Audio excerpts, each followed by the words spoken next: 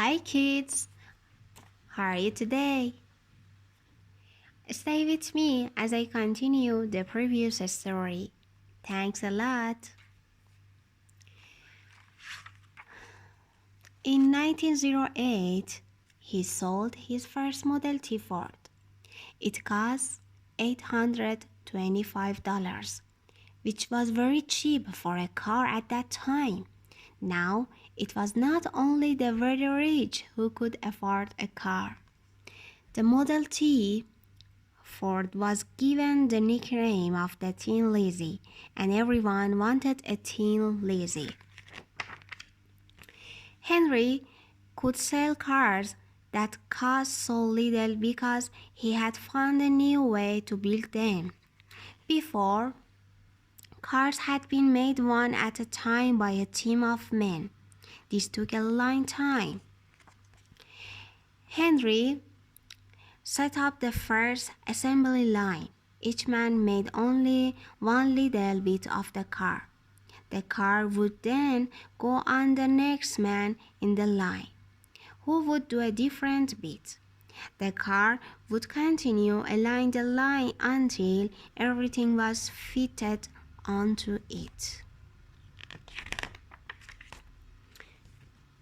Henry's new assembly line meant that cars could be made more quickly and more cheaply than before. The men did not need to know how to build a whole car.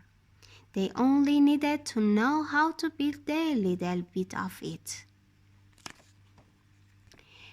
Henry built a big factory at Highland Park in Michigan. He paid his men well and tried to treat them well.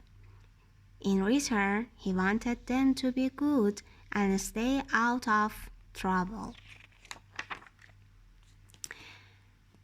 Idles Ford helped his dad to make the cars and then to run the factory. At first, all was well, and Henry Ford became a very rich man.